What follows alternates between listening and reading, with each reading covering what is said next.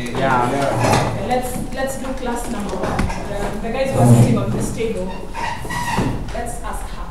Please tell me what your name is and what your experience of the dancing was, and what one thing you observed from that session. My name is Trisha. Loud enough for the guys on the back to hear. My name is Trisha Mora. Most of the people are not dancing. How did that make you feel? How did that make you feel? Not bad. Not bad. Let's talk to DJ Sam. Sam, what was your experience of the dancing exercise that has just happened? You enjoyed the music. What interesting thing did any of you observe from the dancing? I want to see which one of you pays attention.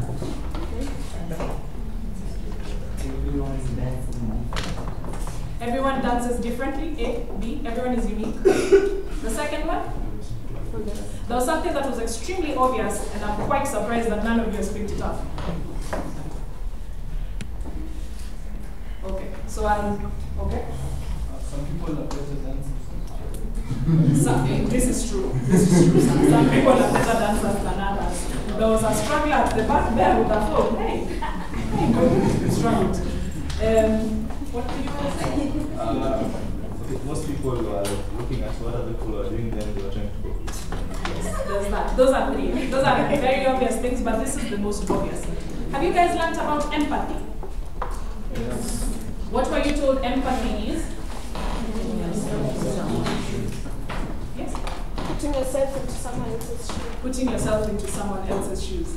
Did any of you notice that, what's your name? Yes. Aki. And what's your name? Mahmoud. Did any of you notice that Aki and Mahmoud are not dancing? Yes. Did it occur to you why that is? Yes. Why is that? Yeah. They are Muslims. Because of their faith. Diversity is a powerful thing. And for all the places that I have been, Africa is the most diverse place. And so for you to craft solutions for Africa, you have to pay attention to the details. That was class number 1 for leadership. Pay attention to detail. I've just removed the first slide from the page, but I'm hoping you paid attention to detail. What was written on slide number 1?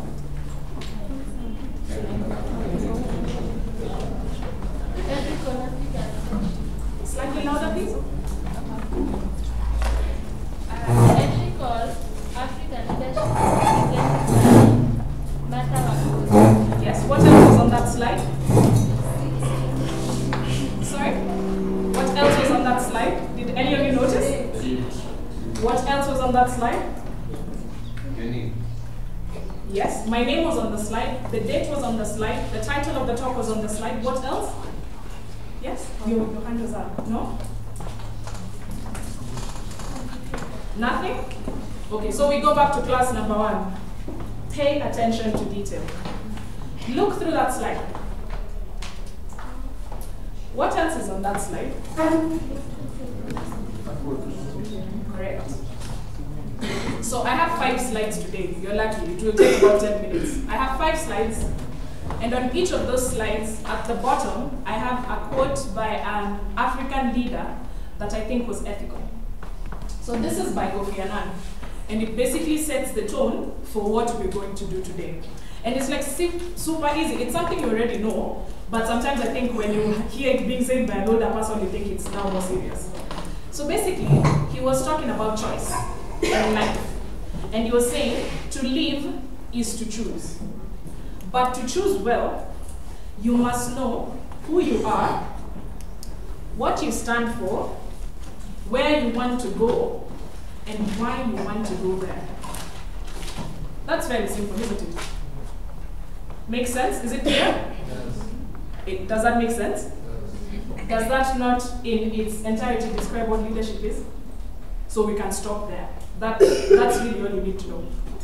You need to know who you are, what you want, how you intend to get the thing that you want, and what you stand for. So in fancy words, those things are called identity, values, vision, focus. I'm sure you've had those ones, yeah? Those ones sound more like adult, but it's basically that simple definition. All right, detail, slide number 2. What do you observe in that slide? Yeah, map, pretty obvious. Yes? Other things? Yes, Andrew? Africa has an IK. Correct. Africa has an IK. Why do you think it's spelled like that?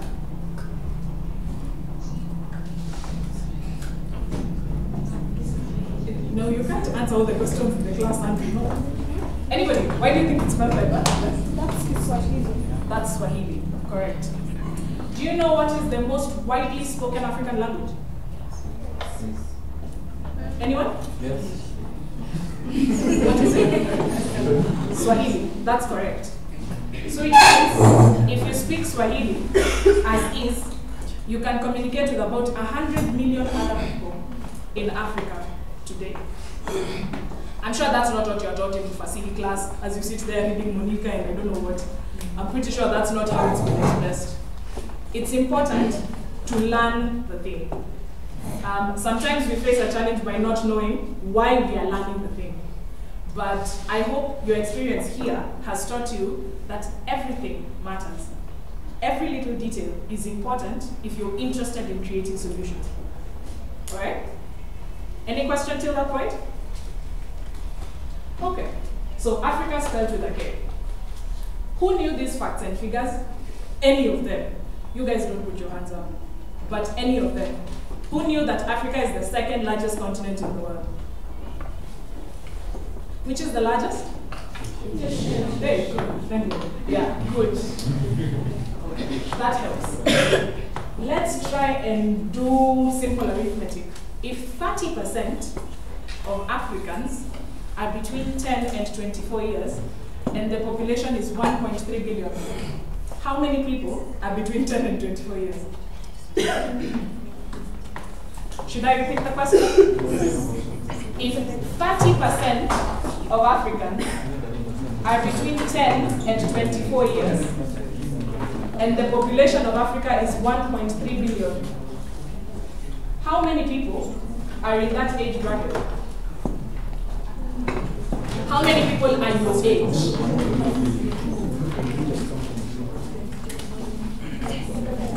Okay, let me help you cheat. It is 30 over 100 times 1.3. Yes? A little louder, and please take the thing out of your mouth. 390,000. 390,000. 1.3 billion. Do that again. Do that again. There's a zero missing somewhere. Or a couple of zeros.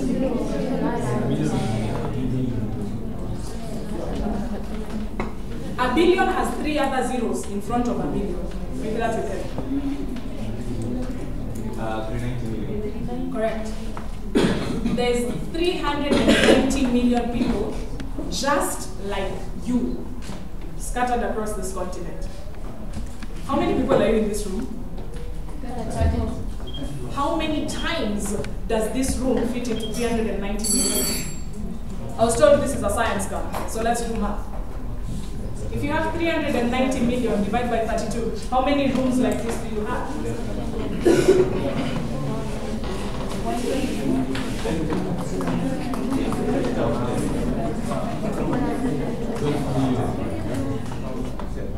Rooms. Imagine you need 12 million Innovate Kenyans to fit the number of people in Africa who are in your age group. And it's not like the rest of us have died, we are still there. And your parents and their older generation, they are still there. And the toys that you see on the road, they are also still there. We are a lot of people. Do you understand that? We are a lot of people. And that means we are a lot of people to feed. We are a lot of people to protect. We are a lot of people to create schools for. We are a lot of people to electrify. We are a lot of people to treat. But it also means we are a lot of people to sell to. I hear you guys are building prototypes, yeah? Imagine 12 million rooms like this of people you can sell to. We are a lot of money. If you think about it like that, Africa is very rich. If you can imagine all of us, and each of us just gives you 5 bob, how much money is that? We are a lot of money. So, why is that important? Who has an idea why it's important that Africa is a lot of people with a lot of needs and a lot of problems, but are also a lot of money? Who has any idea? Any guess? Are you like lifting your hand, or are you adjusting? Adjusting. Or you just in adjustment? Okay.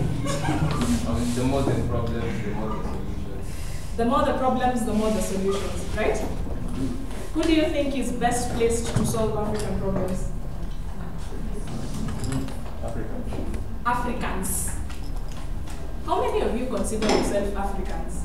Because the name comes with a bit of an identity problem. How many of you consider yourself Africans? Okay, let's try this a different way. When I tell you to introduce yourself, how long do you go before you say I am an African? You start with your name, your school, your county, your achievements, your streaming. Am I right? Yes. How far do you go before you say I am African? Why is that? Is it because you think it's a less important portion of your identity, or because we have taught you to believe that it doesn't matter? Which one is it?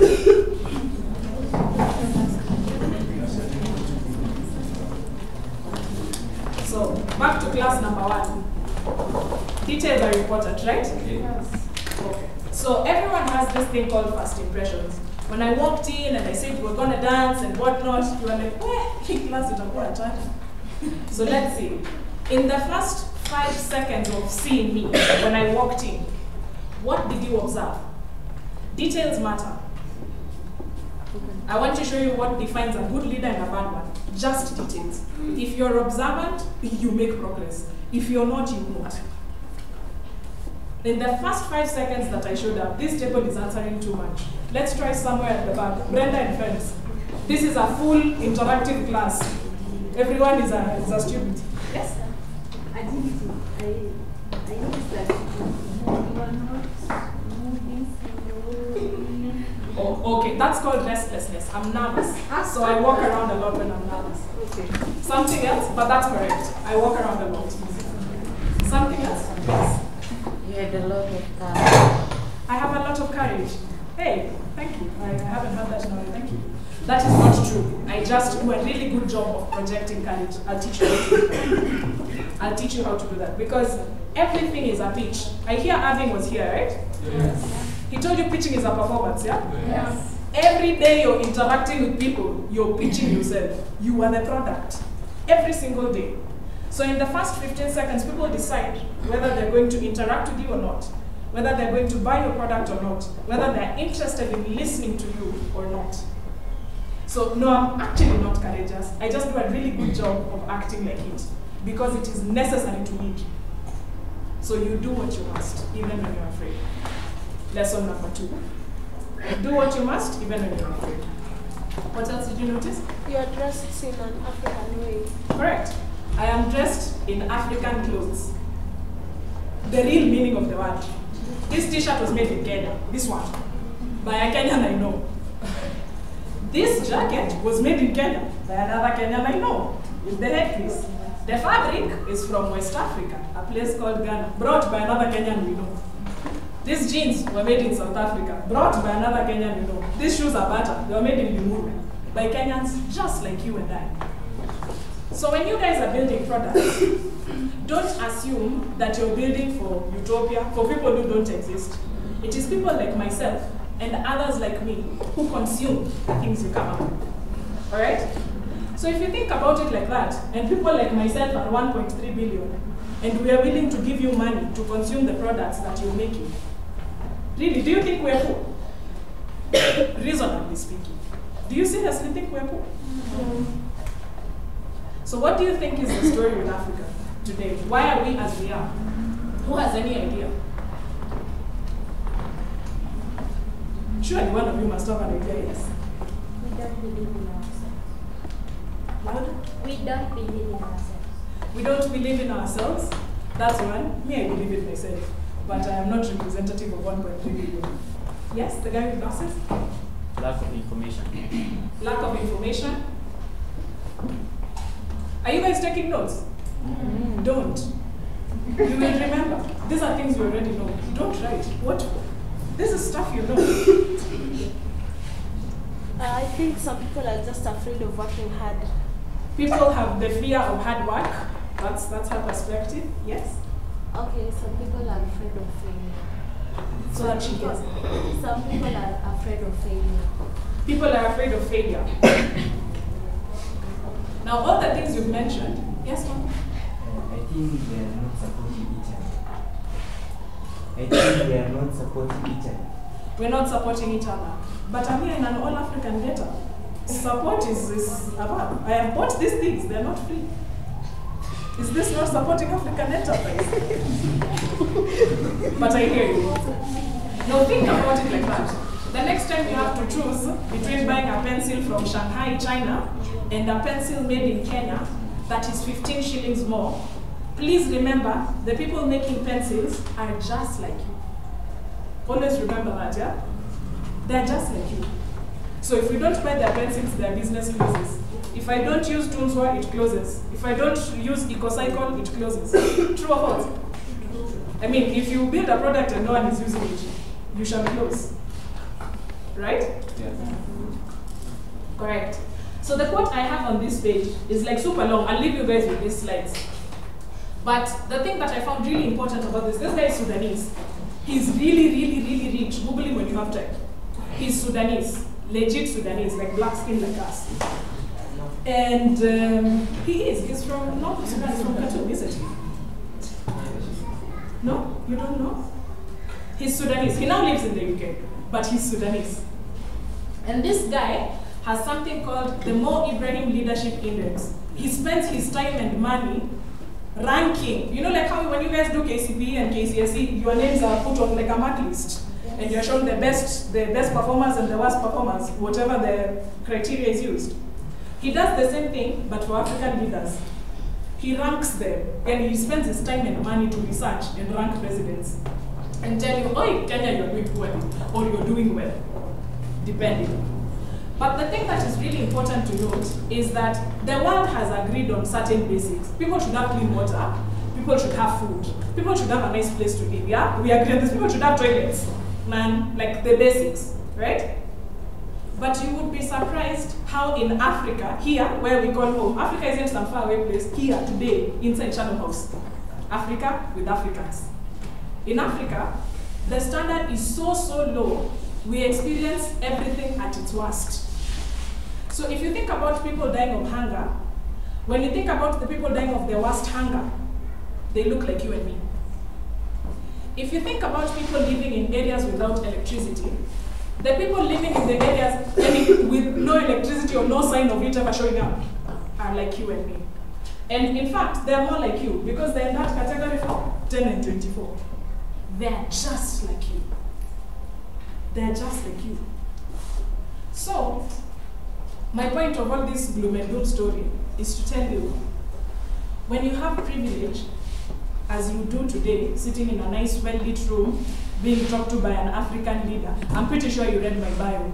The important thing to remember is Martha Wakoli is an African leader who thinks African problems should be solved by Africans. Everything else is just detail. That's just the part you need to remember. We must fix this. No one is coming to save us. Absolutely no one. No one is coming to save us. And so the thing with privilege is that we don't get to solve the small problems. You know how, like, you want to be annoyed that, Nani has delayed with my thing, so you walk away.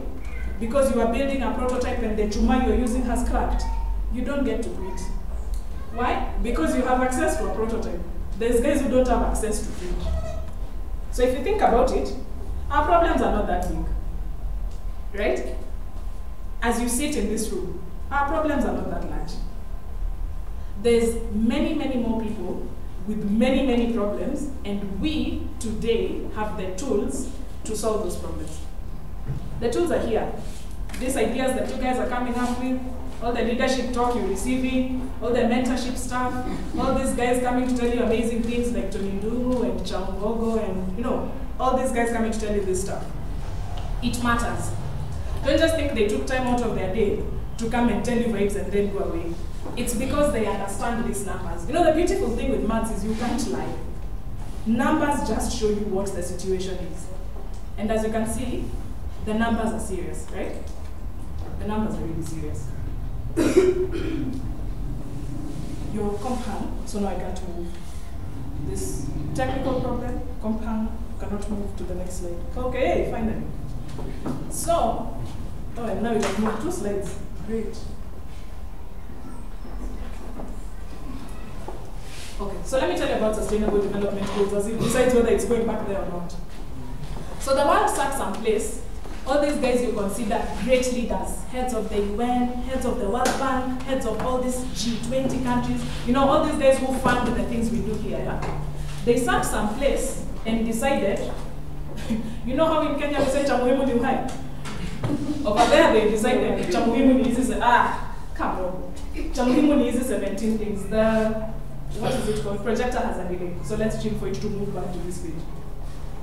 So they came up with 17 goals called Sustainable Development Goals. How many of you have heard of that word at all, even without knowing the goals? Has anyone heard about it? This is important. It's important that you know what problems people are interested in solving so that you align your idea with a problem. Right? So I'm sure each of the things you're doing fits in one of these things. We won't go through them, I don't think it's necessary. But my point being, all these 17 things you're seeing are experienced at their worst in Africa by Africans. When we say no poverty, poor people, many of them are like us. When we say zero hunger, hungry people, many of them are like us. You understand? All these things that people are trying to solve, even as they sit in Denmark and Sweden and the UK and the US, all these places we aspire to, they're literally sitting down every day doing what you're doing. Prototyping, researching, thinking about how are we going to save Africa and Africans from these 17 things. So it's important that we participate in our salvation, don't you think? I mean, people are coming to save us, it's like we are sitting somewhere with hands tied. We are not. And so one way of practicing leadership as an African is by staying very clear about what the objective is. What problem are you trying to solve? You see, what problem are you trying to solve? Because it gets extremely difficult. There's no terrain that you will find as difficult to work in as the African terrain. In terms of politics, in terms of culture, in terms of religion, everything will look like it's not working for you. But the truth is, the biggest problems are where the best solutions come from. It's one of you who said that. A lot of problems means a lot of opportunity for solutions. And the people who understand solutions the best, which I'm assuming someone taught you in your empathy class, are the people who are experiencing the problem. When you were doing design thinking, were you told you should meet with the people you're designing for? Have a conversation with the people who you're designing the product for. This is why it's important, so that they give you an understanding of the context for the solution you're developing. All right? Okay, so I'll stop there. Who has questions till that point? Because you just look mortified. You look very, very worried. Who has questions? Which of these things have I told you today that you did not know? You knew them, right? No, tell the truth. You guys knew this stuff, right? Not all of them. Okay, which ones did you know? Yes? I didn't know that African problem can be solved by Africans. Oh, you didn't know that African problems can be solved by Africans. I can stop my class there. That was what the class was about today. That is really what I wanted you to understand. There's no one with greater power to fix what we go through than us. Okay?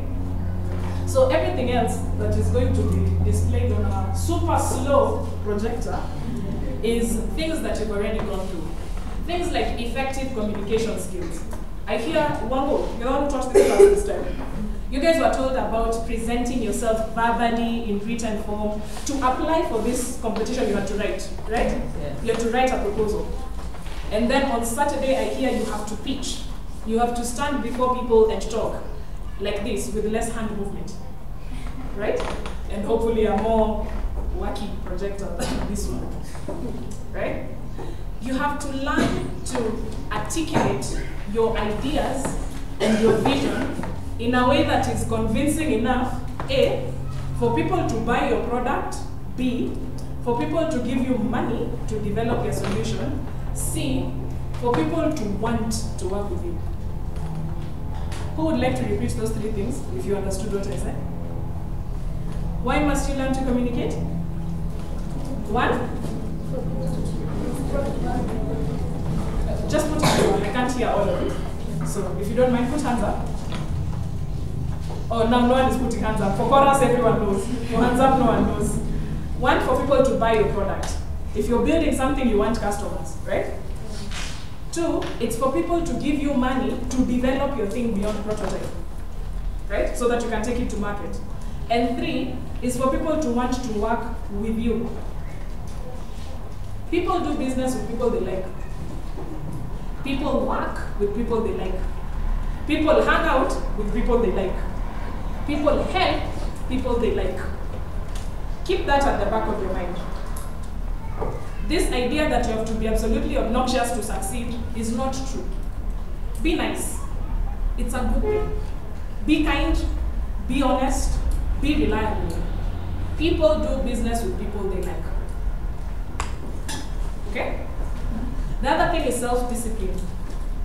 First, congratulations for making it to this point. This point being actually Thursday afternoon at 3:40, listening to a person you don't know. Well done. Well done. I'm not quite sure I would do that when I was your age. But more importantly, remember to build that muscle even with the things you do not enjoy. So I'll give you an example. I am a scientist by training. I am an engineer. I'm really, really good one.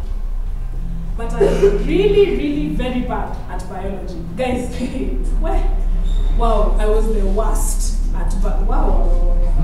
Hey. Yeah, biology was not for this gene. Now here is the thing. For me to go and do engineering, because I was not in a school that could drop biology, and they take really high points for engineering because I was going to school locally, I had to pass bio. I had to pass bio, right? I mean, what choice do I have? I had to pass bio. The difference between people who end up doing the things they like, which is me and engineering, thing I wanted to do, thing I like, and the people who end up doing things that they are called for, oftentimes is self-discipline. And in another way, my father is who taught me this. What are you willing to suffer for? Think about it like that. So for me, it was one biology exam at the end of Form 4 was standing in the way between me and making cool gizmos like this for the rest of my life. Nilisoma hiyo biology mpaka nikaweza kufanya zile tunataka. Think about it like that. Especially when you're teenagers, everything just seems so unpleasant all the time. We just seem to be asking for everything from you. We want you to wake up early, we want you to be leaders, we want you to be entrepreneurs, we want you to design things, like we just want you to do stuff. But the idea is, not everything that you will be asked to do or that you're required to do is something you will enjoy. That's just life. It is how it is. But the difference between people who excel and people who end up leading others and those who don't is that there are some people who are willing to, for lack of a better word, vumilia through the things they don't like. Understood? Yeah. So you won't enjoy everything. That is not like you. And the reason I'm telling you that is because of dancing. Dancing for many, many people is an uncomfortable thing because you feel like everyone is watching you, right? Like when you're standing and you're dancing in a group, you're like, hey, you're just over there, moving your two-step volleyball. If you were in the bathroom, you would be dancing a proper one. Tell the truth. If I put bazokizo and you were in the bathroom, you would be finishing all the moves. True?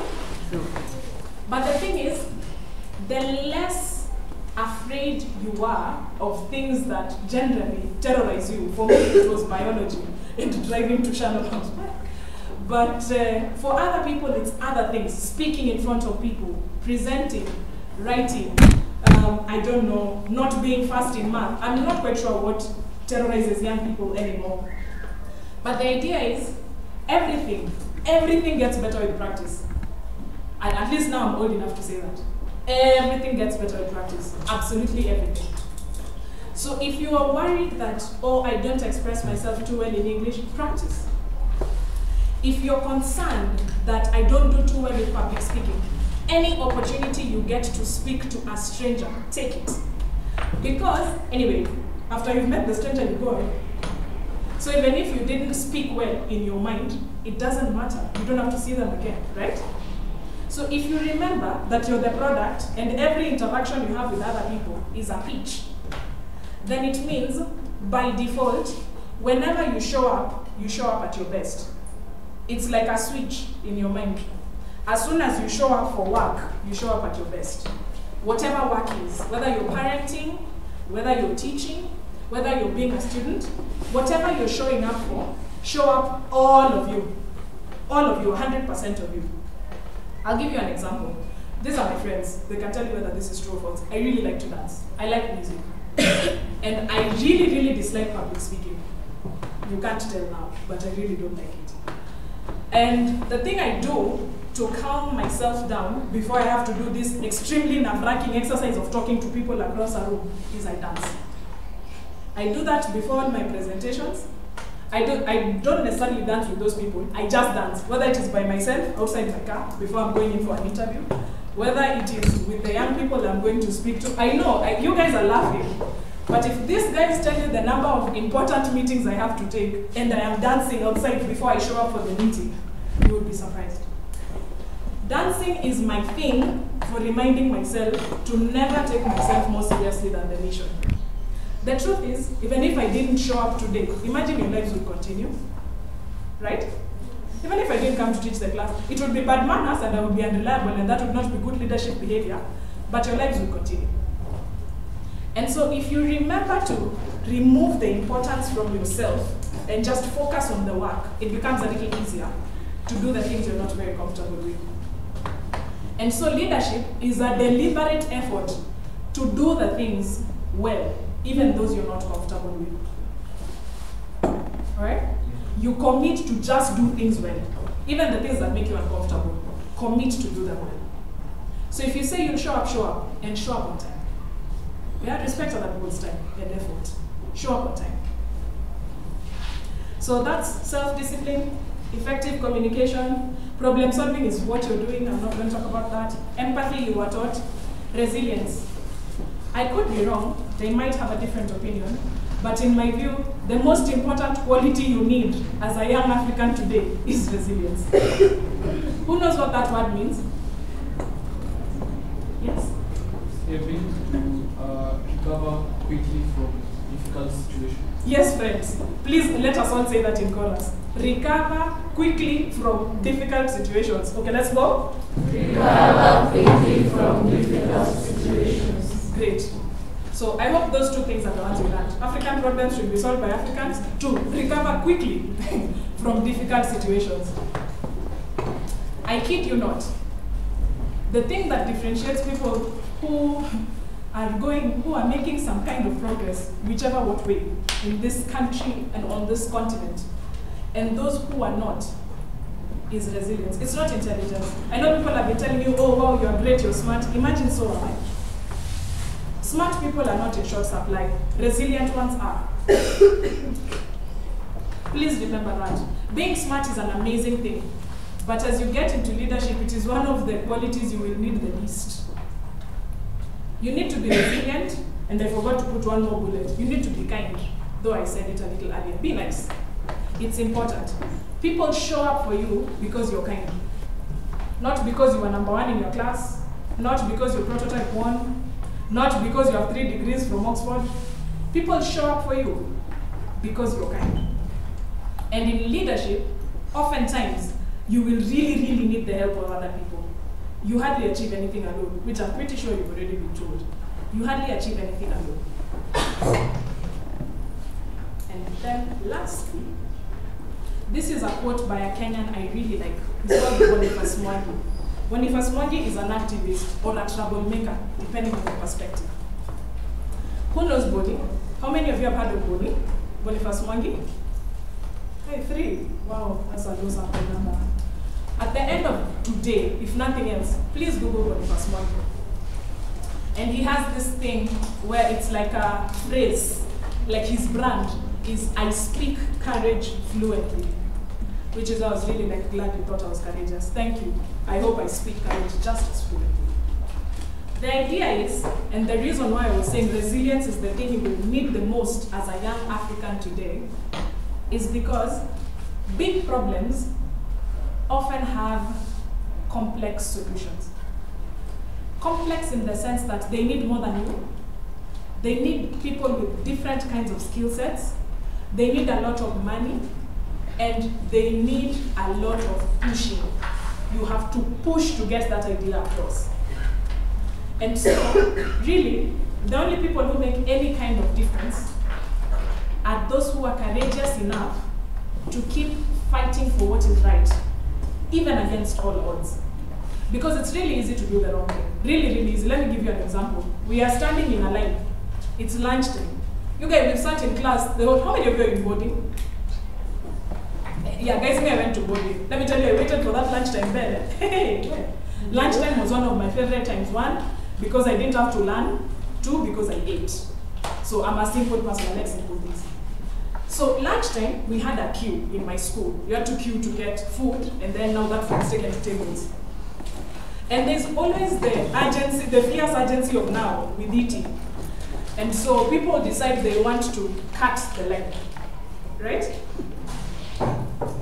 If you're being very honest with yourself, which one of you has never cut a line? Either for food or water or snacks at Thanksgiving Day, to go to a funky, that kind of thing. Let's tell the truth.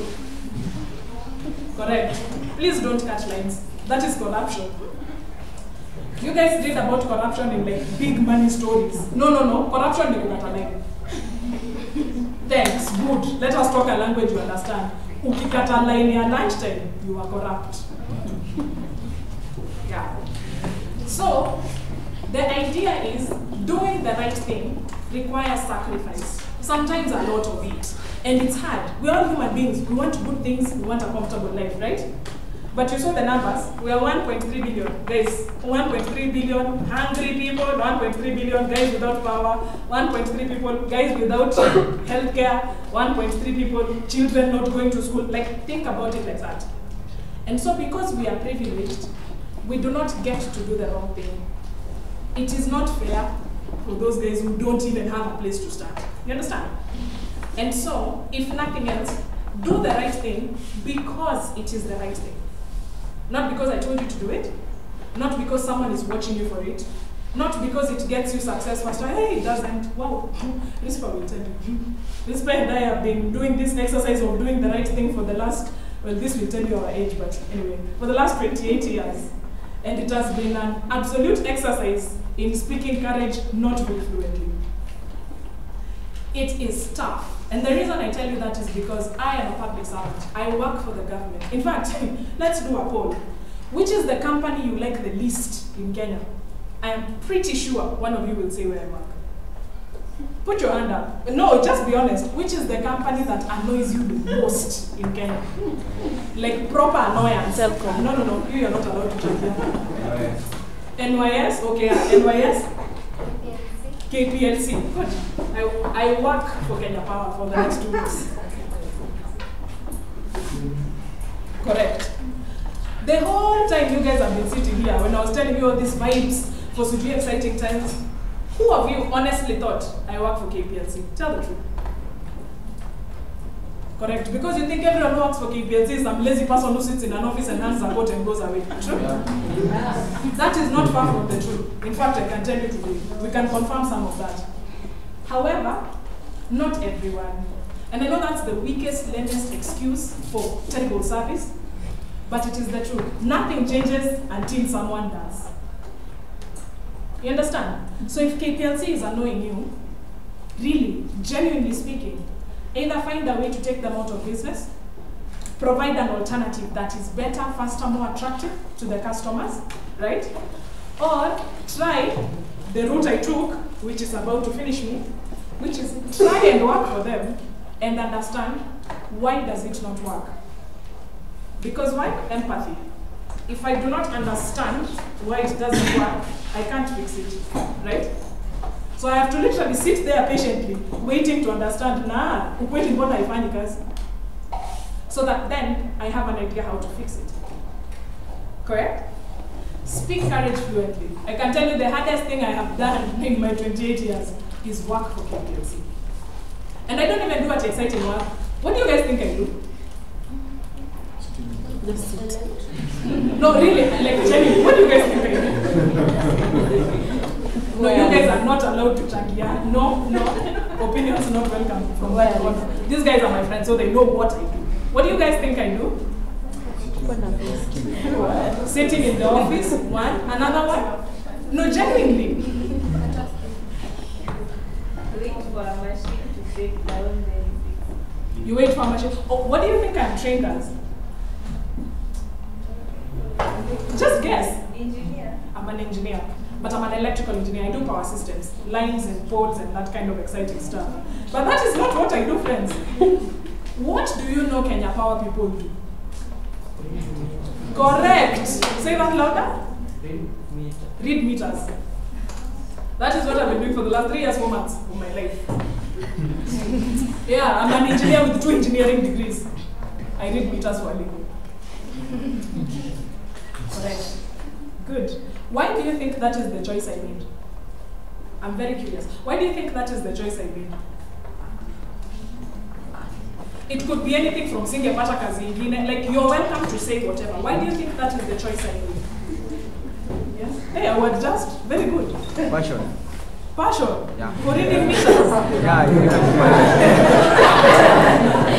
But thanks. No, that is the wrong answer. But yes.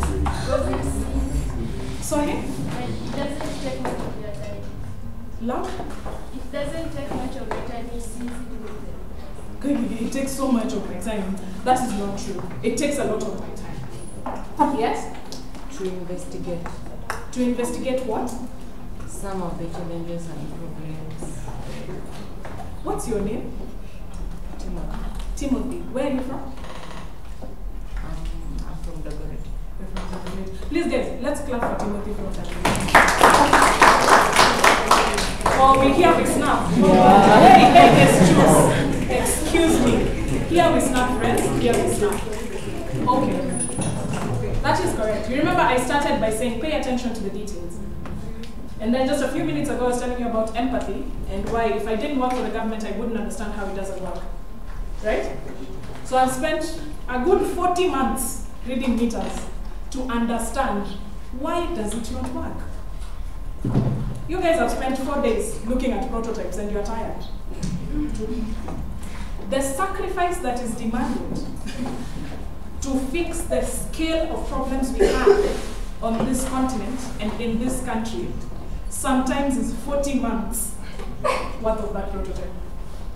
Every day, yani naamka kila siku naenda nasoma mita. Kesho hivyo, kesho kutwa hivyo, every day. So if you ask a young person, of course that's boring and routine, right? Surely, would you want to do my job now that I've told you what it is? No. Correct. But who do you think fixes your power when it's down? Has it ever occurred to you? Have you ever heard that? Who fixes your power when it's down? Especially, specifically for Shalom House. Leo stima ikipotea, mtapigia nani? Correct. When it is rerouted to Nairobi West, it is rerouted to my desk. The extension is 1630, right? It is rerouted to my desk. So Shalom House mkipoteza stima ni mimi wanaita. So in a way, kusoma meter really is not the ultimate use of my potential. But think about it like this. I am what stands between now and midnight with regard to service quality for Toyota, which is on this road, for Nakumatt Junction, for Shalom House, for Kenya Meteorological. These guys will tell you in the news whether it's coming to rain tomorrow or whatnot. So if we don't supply power, how do we operate tomorrow? Correct. Every problem is a little more complex than you think when you first look at it. Kusomamita is not exciting. Please quote me on that. Even write a book called Kusomamita is not exciting. But the rest of the things that come with my job have taught me the absolute most about the public service in this country. And so, it is only the brave who would give up 40 months of their life to read meters, to treat sick people at a government hospital, to run hackathons for a university that is so thankless, to do swimming pools and I don't know what for people, design houses, build things. You understand?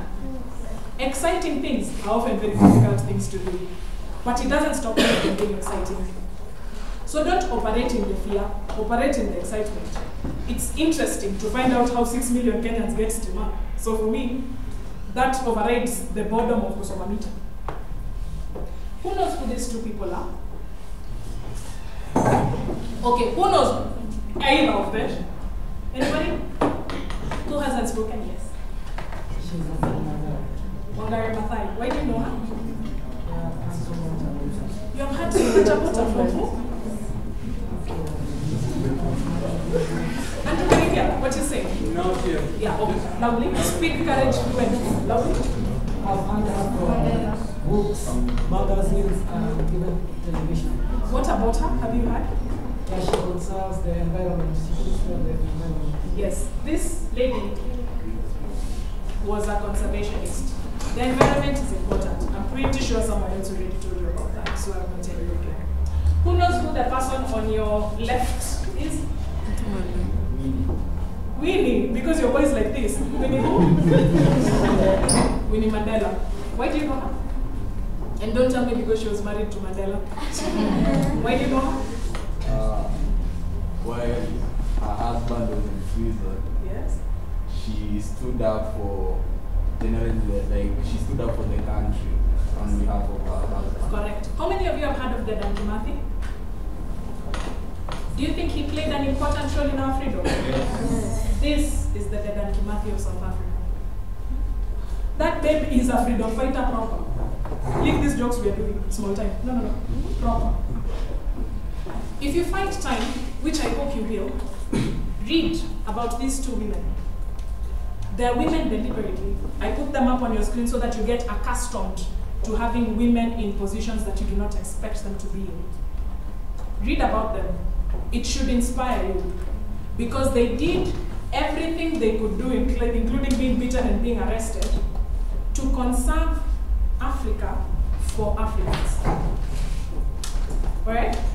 So I hope as you think about the rest of your projects today, and as you want to pitch, and as you want to move on with life and become these amazing, incredible leaders. I was reading your book. I am a leader because there's someone who wrote there, I think the world deserves change, or something like that. That was my favorite. I think people deserve good things. That's true. And I think we have the power to deliver those good things to them if we just work hard enough and are resilient. So that's it. That's my story for now. I would like to take questions, but again, taking us back to where we started. What was my first slide? The very, very first one. Ethical African leadership. I've told you about Africans, and I've told you a little bit about leadership. We haven't covered ethics, right? Who knows what ethics are? Who would like to know what ethics are? You guys, okay. So for ethics, so that you don't get tired of just listening to me, I brought you guys who are actually ethical African leaders, whose pictures you will not see on TV. They will not be holding up a fist like Wangari Maathai and Winnie Mandela. But by all means, they are, for me, an example of what it means to lead. Leadership is a practice, not a position. Don't let him wait for mtu akuite mhesh. I hear lots of guys are nowadays, mheshimiwa. Been away for some time. So mhesh, it is. Usingoja title. Lead in the space that you occupy. Did you at least understand the part for leadership? Yes. And the part for why it's important for us to rise for Africa? Yes. Okay, good. So I can go away now. Thank you for your time. So now we're going to have a super super short session, I hope, on ethics and ethical leadership by a bunch of 3 old people, certainly older than me. We're not going to do like a formal presentation or whatever. Put up your hand and ask us any question you have on ethics. I'll have them introduce themselves so that you understand where you can ask them. Because I've seen a couple of your projects. Some of you are working in healthcare, some of you are working in mobility, some of you are working on a mobile app stuff kind of thing, right? So these guys do those things for a living. So if you have any questions on A, what would be unethical about your project as it is right now? Have you thought about that? Like, what is the ethical angle of your project? Some of you are just thinking you're building these wonderful prototypes and everyone will love them and will use them for good things. Okay, let me give you a direct example. Electrical engineers provide power, but we also build bombs. Yes, me, as I stand here today, as an expert in nuclear, I can build a bomb. Ask my friends. This is the truth. No hearsay. Quote me. I can show you my transcript. Correct. Why am I choosing to use my engineering to read meters, not to build bombs? It is the same skill. You don't learn anything different. Talent healing. It's the same physics. Ideas? Anybody? Oh, you really think I should be building bombs? You feel like bomb building is the career I'm chosen for? Yes, sir? It's better than KPLC. It's better than and Brian, that's the truth. You know, but I'm still not building bombs. Yeah, but why? It's because you have a choice and you've taken what you perceive to be the ethical choice that will help us in the long run. Correct. For everything we do, we have a choice. The choice can be to use your skill for good or for evil, right? Everything you do, even all the skills you're acquiring now, I can teach you how to hack so that you can be a financial systems engineer. Like you can protect banks from actual hackers, but the skill is the same. You have to hack to know how to build a system that cannot be hacked. True or false? True. Correct. That therein lies the idea behind ethics, and why people do what they do, and why you should choose to use your gifts and your opportunities and your skill for good. So I will have my guys introduce themselves. I will sit over there and hopefully drink water because I'm finished. But thank you for listening to me.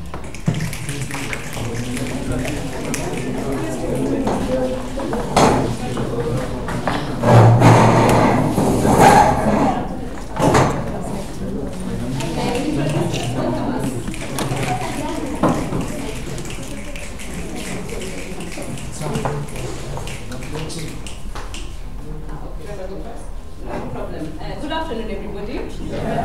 I am an African leader. My name is Sharon Ndokemutisia.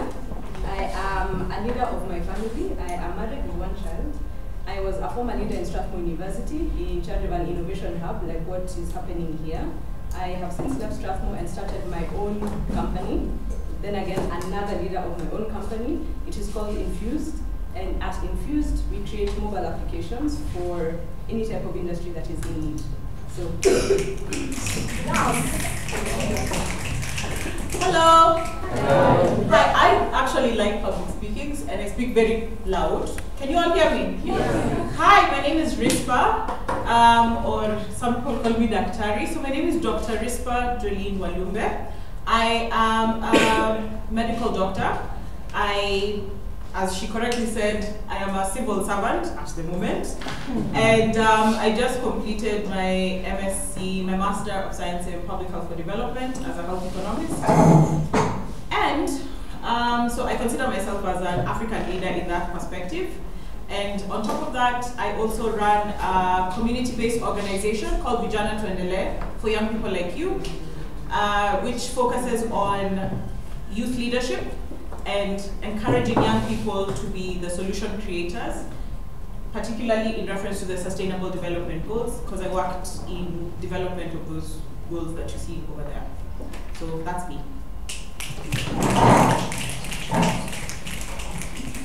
Hi guys. Hi.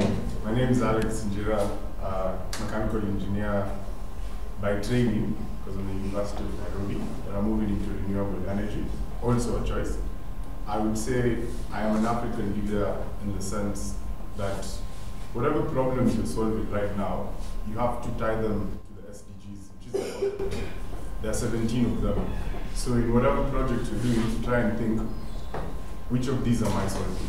So for me, mine is probably renewable energy to ensure that Martha now has the public service of Kenya Power and providing power to the people, because if you don't have power, it's them that you call. Mine is in renewable energy. And by profession, I'm a building services engineer. So how you think of me is like a plumber, the very basic level. However you get your water from the taps, if you go to places that have AC, those are kind of things that I do. And I've been lucky enough to do several projects. Swimming pools, I do swimming pools, steam rooms, maybe it could be out of scope, but just think of anything water and air related, mostly in buildings. I'm pretty good at that. And yeah, I think that's So we open the floor to you to ask us anything around this topic. Or you have a full conceptual, like you have complete understanding of what ethics is. And Africans and leaders. We are done, we can play ball. Sarah. Well, let me start. I have a question for you guys, since she's been talking, now she's drinking water. What is ethics? Let's start there. What is ethics? We talked about ethical African leadership, but what is ethics? It's a little bit complex. Top of your mind when you Just anything, like it's like whatever you think it is. Because you've heard of ethics, you know there's even an ethics and anti-corruption commission. What could it possibly be doing? A whole building standing there. What are those people doing? Anyone? Anyone? I know it's Thursday afternoon.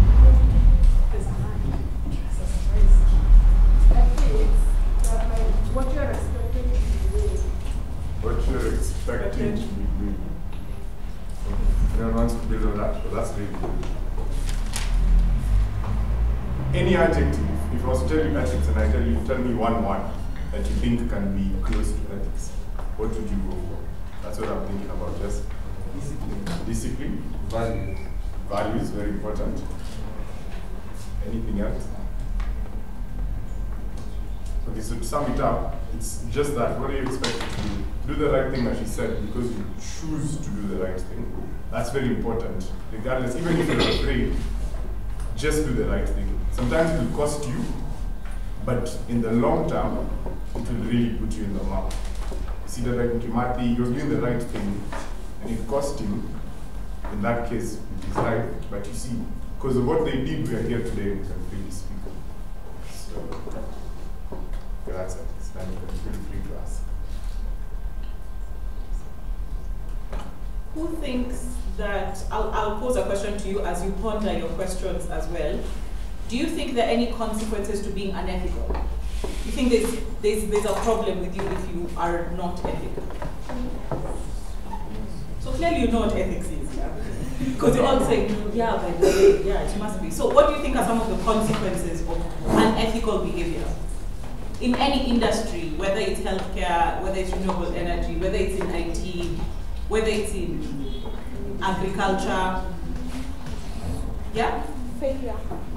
Failure in what sense? Just pick an example in your head that you think is... For example, in a company, yeah, when the manager, like you said, you are having an organization, when you start having unethical behaviors, maybe your company might collapse. True. Very good. Anything else? Any other example? Yes? Yeah, it's you. Yeah, like when you are unethical, when you are unable to expose the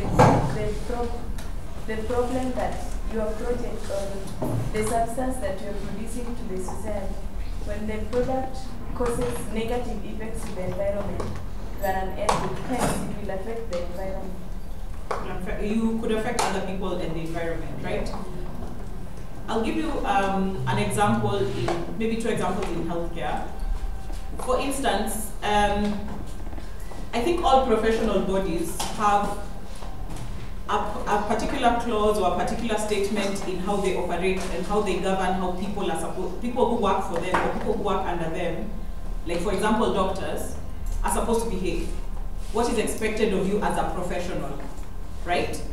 So that's a board that sits down and actually deliberates your actions, what you're supposed to do, what is expected of you, and what happens, what are the consequences for you if you don't behave in a certain way, right? So for example, if let's say you're a data scientist and you have amazing knowledge, you're very skillful, you're exceptional at what you do, you are the best of the best, right? And imagine you're called by a bank in, let's say, Switzerland, and they tell you they will pay you obscene amounts of money. Like it's a situation where you will never have to work again once you finish working for them. But all they want you to do is help people divert their money or launder money. You've heard of many people who hide their money in different bank accounts outside of the country, right? Right? Yes. Yeah, even when you watch a movie, you usually see people taking money to the Cayman Islands or Sidri where, right? So imagine a lady was called to do that. She's the best of the best, and she was told, you will be able to retire by the time you're 30 and buy whatever you want and lack absolutely nothing. Do you think she took the job? Okay, let me flip the question around. Would you take the job? Yes. Who would take the job? No, it's fine. Safe space, guys. Safe space. Would you take the job? Yes. Do you think there are any consequences for you helping a bank like that help people hide money from other governments? I like that all of you are like, yeah, I'll do it. But there must be for every action, there's a reaction. Yes? Yes. I'm not a physicist at all, but I am assuming for everything that you do, there's repercussions. There's repercussions, right? Yeah. Don't even think of it as yourself as that if you're caught, you go to jail. That's a separate story, right? What do you think are the repercussions in that kind of situation? Yes? First, I will say that most of the Kenyan banks will have people to save in their banks, and also I'll be avoiding the regulation of money within our country. Yeah. Okay. Thank you for actually putting, there are things that, there's a reason people behave unethically, right? Because there's benefits to it in one way, right? But do you think of the people who are being helped to hide that money? Those people who are being, like, who could it be who needs to hide that much money that far away? Who could it be? Somebody who stole our health money. That's it. I'll put it down so you can understand what consequences of unethical behavior are. As a healthcare professional in the civil service, as a medical doctor who has to attend to people in a government hospital, I see firsthand what corruption or what unethical behavior results in. It is the point between life and death in some circumstances. And I need to make that absolutely clear because I think that for me that's the only example I can give because that's what I live every day as a medical doctor. When someone diverts money that was supposed to come to make sure, I work in the maternity department by the way, so I'm the one who helps women give birth, I'm the one who has to take them to theater, that kind of stuff, right? And do cesarean section. So in the event that someone forgot to send the money to my hospital and ensure that in the event that we lose electricity for some reason or another, our generator is fueled. What happens when that person diverted that money? It means in the middle of my surgery, when I'm trying to save a woman and a baby's life, the power goes out. The generator does not come on, it doesn't kick in. That means while I'm midway through my surgery, a woman could bleed to death and a baby could die. You understand now what I mean by look at the consequences further down the line. So you usually see big numbers. You see 5 billion was stolen, 7 billion was stolen from this. This was unaccounted for, especially when it comes to the healthcare industry. Understand that that comes down to you and me when we are walking into a hospital and we don't have access to healthcare. And that could mean life or death, right? That's just an example. Do you have any other that you could think of? Consequences?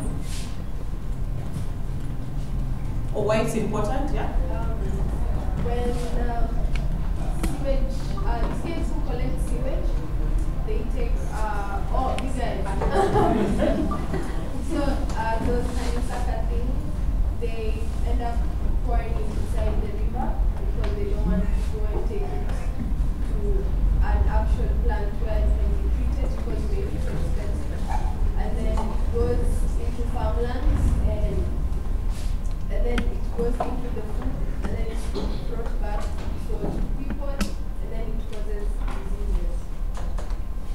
Very true. Now, just to elaborate, that's a perfect example.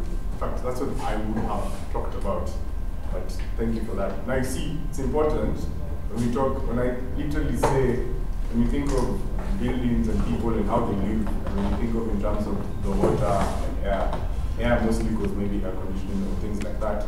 Even in events of fire, those fire brigades, we do those things.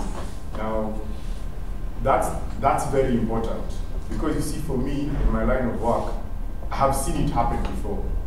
Yeah, that sewage is collected from a house. Let's say it's not picked or whatever, they brought it out, it's in the tanker. The tanker then sometimes doesn't even go to a river. Sometimes it just goes to where there's a drainage and offloads. And depending on where it's offloading, there are kids playing in that area, you know, there are people, there are livelihoods, a lot of things happen. It's the same thing. Now this is how they're all, it's a full sample. Now that children higher, they go touch the soil around or there. It doesn't have to be, you see bacteria, there's a lot of bacteria even on the lab. It's everywhere. But it doesn't have to be something that you must see. It's there. So when they're playing with their soil and they touch something, their hands are dirty. Then they go home and they don't wash their hands. Or maybe they wash their hands with water that's not necessarily clean, for instance. They eat, then they become sick. Then money was stolen somewhere and you take it to her at the hospital and power didn't come because Wakoli wasn't doing her job. Yes, and for instance, on the other end, there were systems that couldn't be put up because she decided, I don't feel like doing it. That's how it affects everyone. So in as much as we think that in that moment, if I take this unethical part, I might make the money, it's a selfish thought. You must remember your family. You must remember that tomorrow it could be my mom and I'm not in the country, it could be your children. Bring it home. Don't look at it as very far. Just look at the person that you're with as an investment. That's where it is. So when you're practicing ethics, it's very important to think that the biggest beneficiary of the ethics is you and I. It is your sister, it is your friend.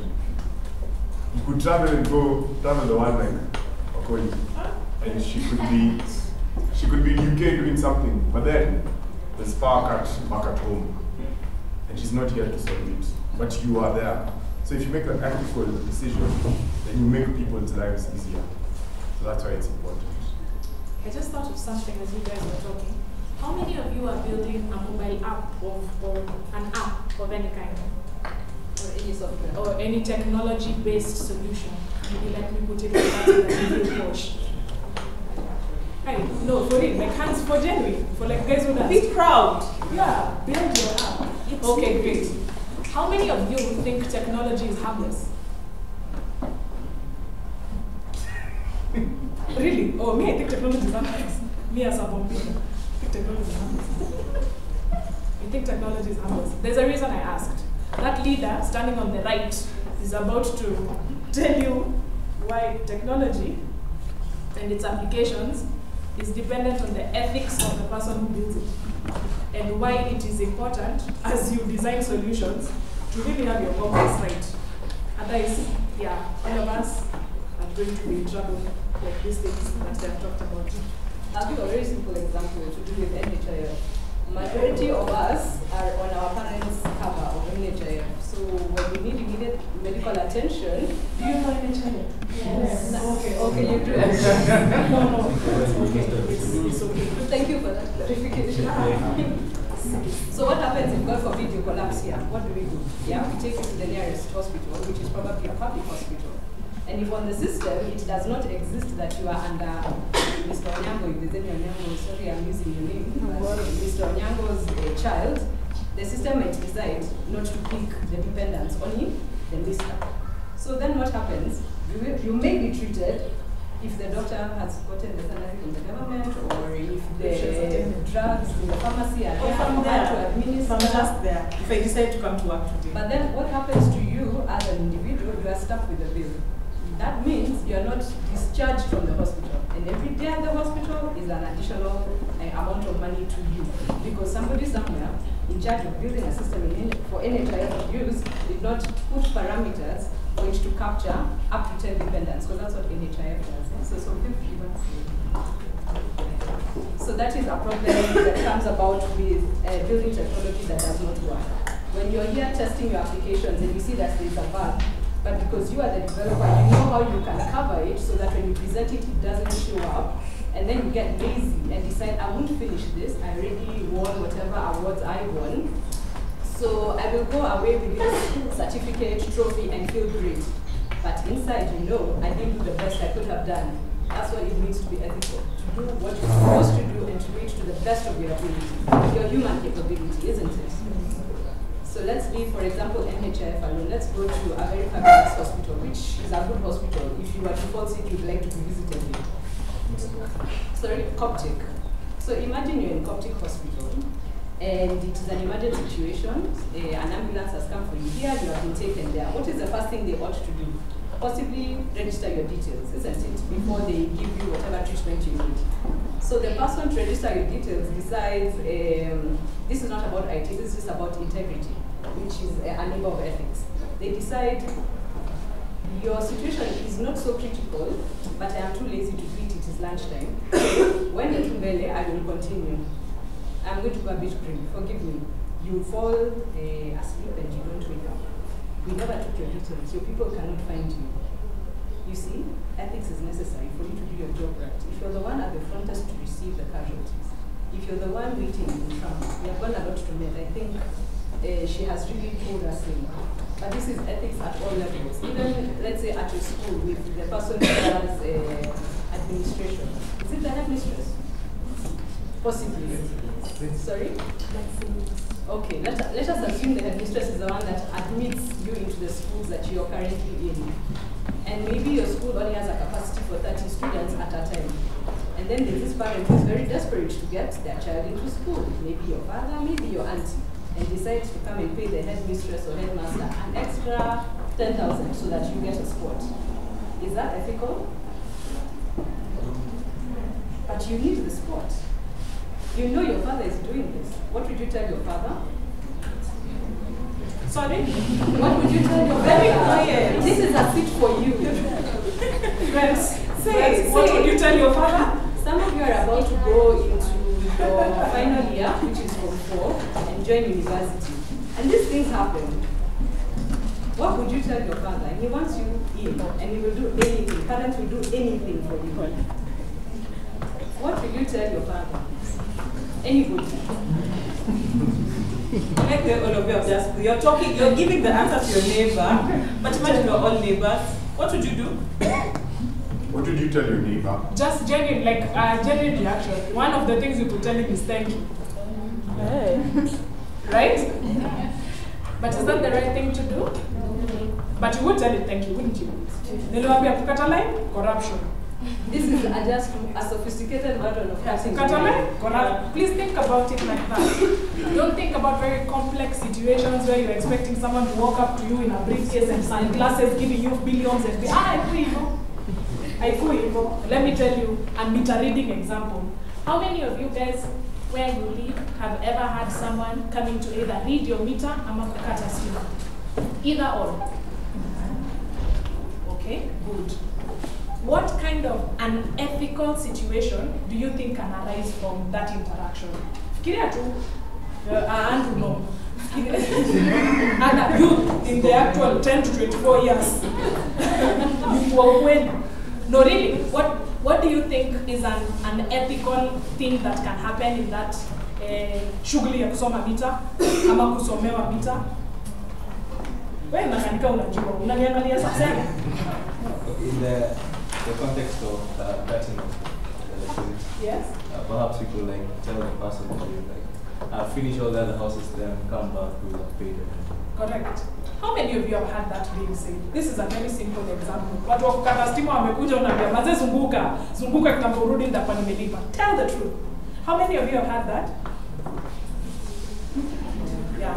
So for all of you who are wondering why Kenya Power is going at a 50 billion loss, unaona mikono mmeinua? There is your answer. No, really.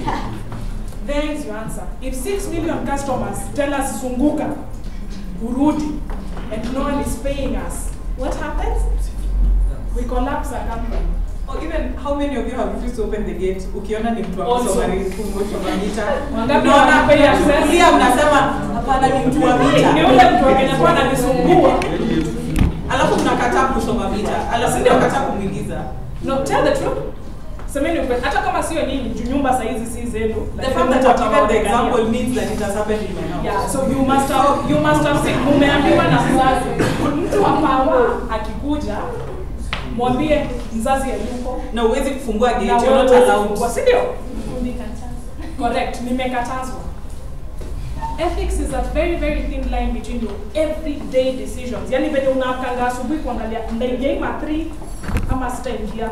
Na nikiingia ma 3 na huyu jamaa alisema ni 30 bob. Na konda ameshikana asa huko niuliza fare. Ndashuka nayo nikule mahindi ya barabara ama nitampea? Okay, maybe ni ampendi mahindi. I don't know what things young people nowadays eat kwa barabara. Vipi wanakula mahindi? Chips too. Yes, yes, on the fries. That kind of thing. The 30 bob you're withholding is the difference between that circle actually working, kesho kukubeba, ama kesho sasa ukwe route 11, circle imefunga. Think about it like that. So as we finish, because also I am just tired of standing in rows of my friends just looking like I'm about to cry. I would like us to do like a joint exercise. I saw your thing over there, I really liked it. I am a leader because. I'd like us to tweak it just a little bit. And we do, I am an ethical African leader because. Think about it for yourself, yani for your homework. If someone was to pick you out today, hapo nje, as in, mimi nimetoka nimeenda shughuli zangu nimemaliza kuongea na nyinyi. Mtu anisimamisha hapo nje, mwenye anajua mbia, hey, you guys know Wakoli. And then would you ask them, is she an ethical African leader? And would you like someone to be asked that about you today in your current, just hivi tu venye tuko? Are you confident that someone would say yes to that question? Yes. Really? Yes. Please maintain. Endeleeni tu hivyo. That really is what, that is the difference between Africa fixing its problems and all of us dying of climate change because a flood swept us away. Because those are the things that are happening. When we don't take care of our environment, areas flood, or there's drought and we all die of hunger. When we don't create enough jobs for the 10 to 24 years peeps like you, tulisema ni wangapi? Imagine 390 million waiting to be fed, treated, loved. If we don't create solutions for them, it really is the difference between war and peace. Right? So I hope as you go ahead and as you have your showcase on Saturday, that you think about beyond the tinkering, which is what this is called, the fidgeting with stuff and trying to come up with really complex solutions. Really the fabric of any society is in the people. You design solutions for people. You design solutions with people. And so the idea behind Africa with a K, because that's how it's, if I tell you my name is Wakoli, you don't get to call me Wakoli just because that's how you say it in the language. So if I tell you we are Africa, and it's with a K, how we say it.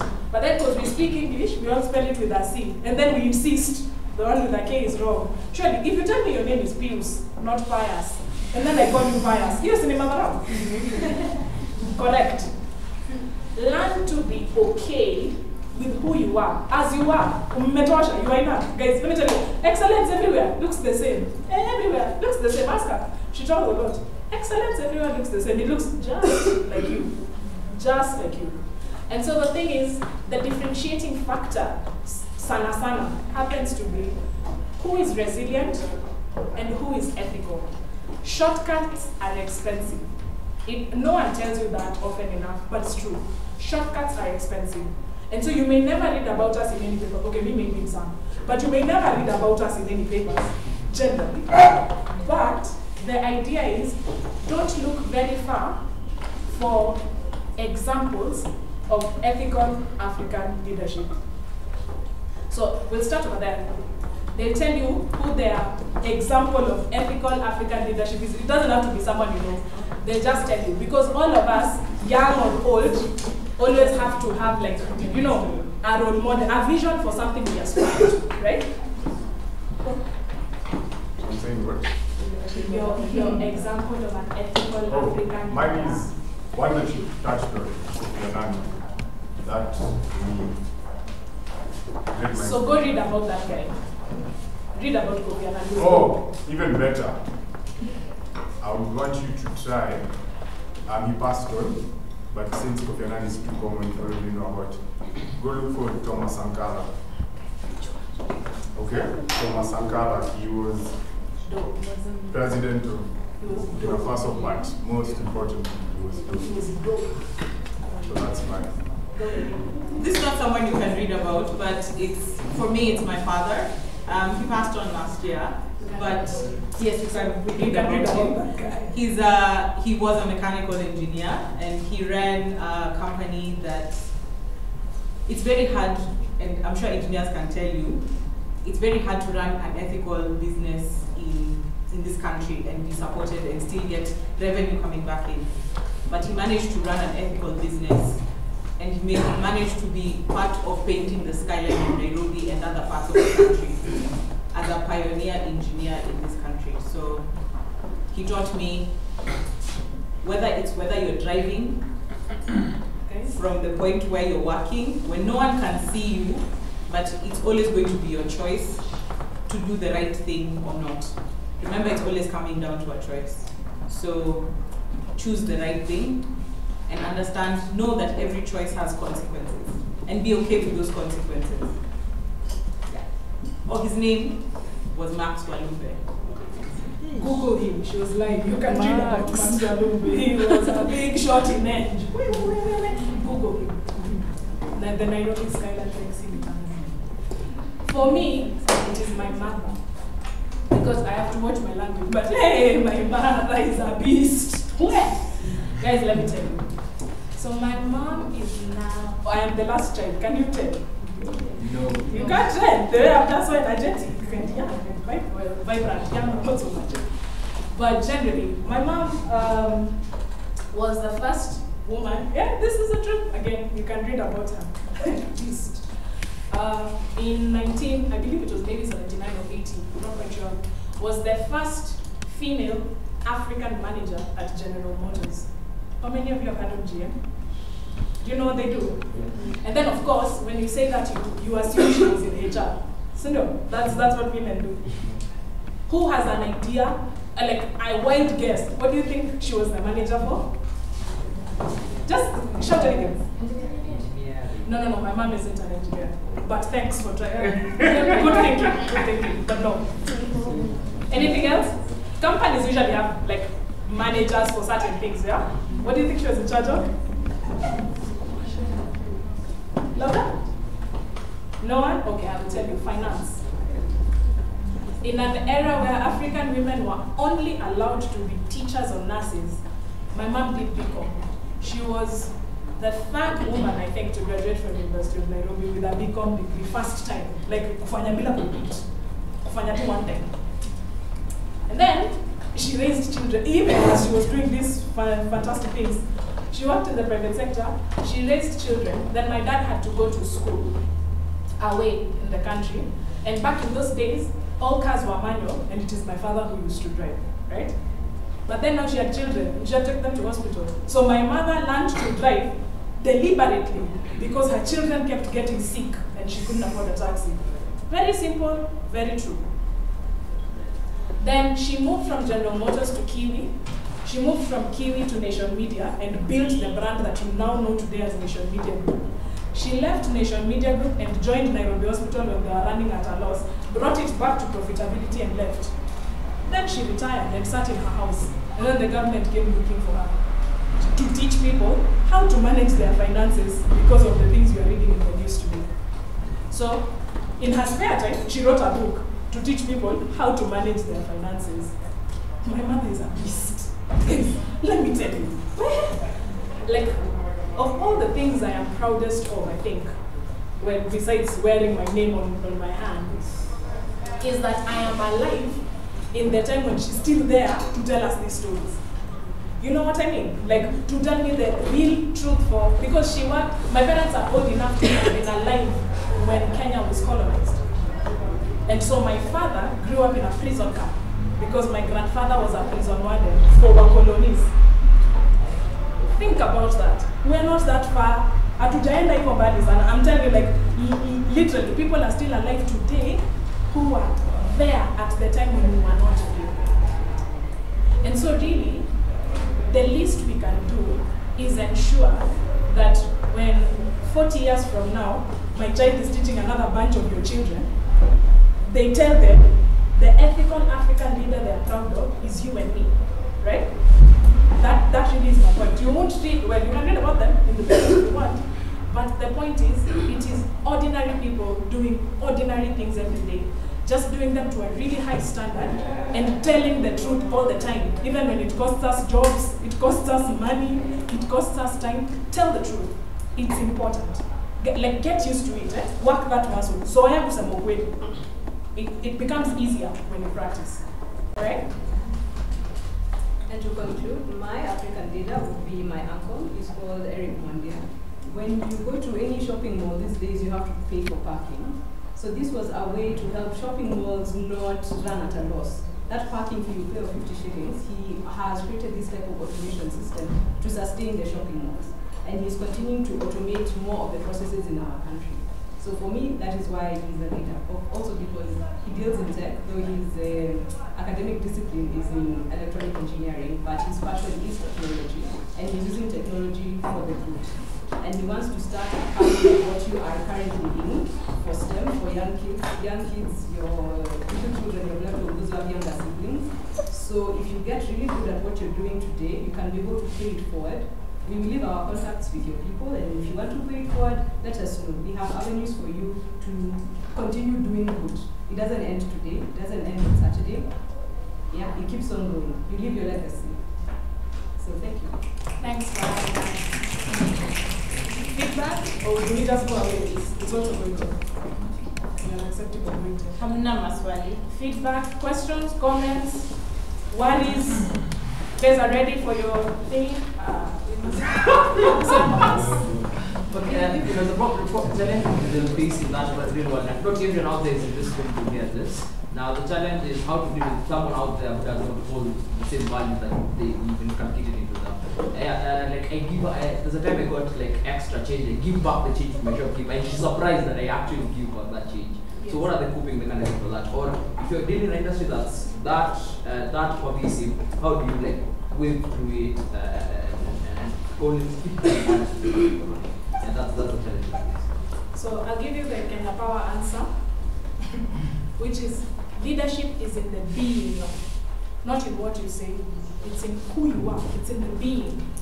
And the answer, the reason I say that is, it's not like they know when you're going to lead a meter, huyu ndio kukula hongo na huyu si wa kukula, right? What tells you apart? When they give you the money, you tell them, no, but this is my job. I get paid. Why are you paying me to do my job? Right? Instead of shukaing the matter with the 30 bob that is owed to the condi, please give it to him on your way out. Instead of cutting the line, stand patiently with your hanger and wait until it is your time to be served. Instead of encouraging your father to get you that slot in Strathmore with his great connections, be content with whatever it is that was assigned to you by merit. Because then the difference becomes, and Avik will let you know about this as you go along, we all start more or less at about the same place at this stage, where our decisions are controlled largely by our parents and our environment. But as you get older, there's more and more freedom for you to make choices. And the truth is, the choices you make lead you on a certain path. So what you feed grows. Because then it just becomes easy, it becomes automatic. If you're used to telling the truth, if someone tells you things that are not working, you tell them no. Sometimes that someone is your boss, right? You're not self-employed. I have a boss. And they tell you to do something that is unethical. If it does not align with your values, speak courage fluently. Tell them, no, I'm not the person for that. If they can find other unethical people to do it, well and good, but it's not for you. Sometimes it may cost you your job, and in other cases it may cost you your relationships. But the truth is, the ones that are worth keeping will stay. The relationships, the jobs, the money, anything that is worth holding on to will not leave because you are ethical. It doesn't work like that. So I guess the response and the challenge on the everyday is, you be the example. I know you hear this a lot, but it's true. Be the person who tells people, like in Kenya to say cut line. It is very unpopular, but you just tell them, see, to cut line. Or like in Kenya, si tuende kazi, si tumeandikwa hii kazi, tuende tusome mita. Even when guys want to Skype, as she said, I like my job because I don't have to be there a lot. That's not true. Other public servants don't have to be there a lot. We have to be there every day. That is my job.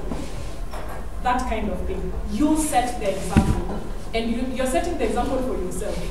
You do it often enough, it just becomes second nature. Alright? Yeah. Let's just chip it on the question and answer. Leadership by title is the lowest form of leadership. Yes, friends.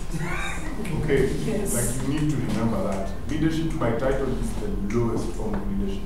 Because you're called Mkubwa, doesn't necessarily mean that you're a leader. Now leadership in fact is influence. Leadership is, by you saying no, the reason I'm here is because Wakoli brought me here. Wakoli is big enough to be here, but I need you to come. Influence. I become better at what I do because I hang around these people. I have to make the right choices. When we were dancing, let's go back to the beginning, when we were dancing, some of us didn't know the moves, but you influenced us. Yeah, there were people who were dancing and they were doing certain moves, and they influenced me. So in essence, don't think of leadership as I have to be someone, no, you are a leader where you are. If you decide today you want to go eat fries and people join you to eat fries, you are a leader. Yeah? You're a leader. So that's how I want you to think of it. Never think of leadership in terms of the title you will get. Think of leadership in where you are. And being an ethical leader will cost you stuff down the path. For me, it cost me my job before. Yeah? We can. It cost me my job. Because you're told to do something, and not in a disrespectful way, but I did not do it. Not because I couldn't. Again, you can be a hacker and make money close the day, but you're forgetting that other people, it's a cycle. The guy who's dumping sewage into the drainage that affects children, that affects the river, that goes to hospital for the system that was not fixed. Don't think of it far, it is in your space. So leadership is influence. As long as you have friends, you're a leader in whatever form. When you have a family, you'll be a leader. Wakoli's mom was a leader, for instance. When the father wasn't there, she was a leader. So she can't say, oh, I'm not the head of the company. No. It's important to remember it's where you are. You have to work with what you have. And even for me, when it cost me my job, it was one of the best turnarounds because Sahi, Tunafanya, are the people who then used to work with me, saw me saying no to things I was being asked to do, that have called me and told me, now I want to work with you. Not necessarily work for them, it's not bad to be employed, but they want to work with me. which empowers you now, which means I move up the ladder in terms of the things I can do. So think long term, don't think short term.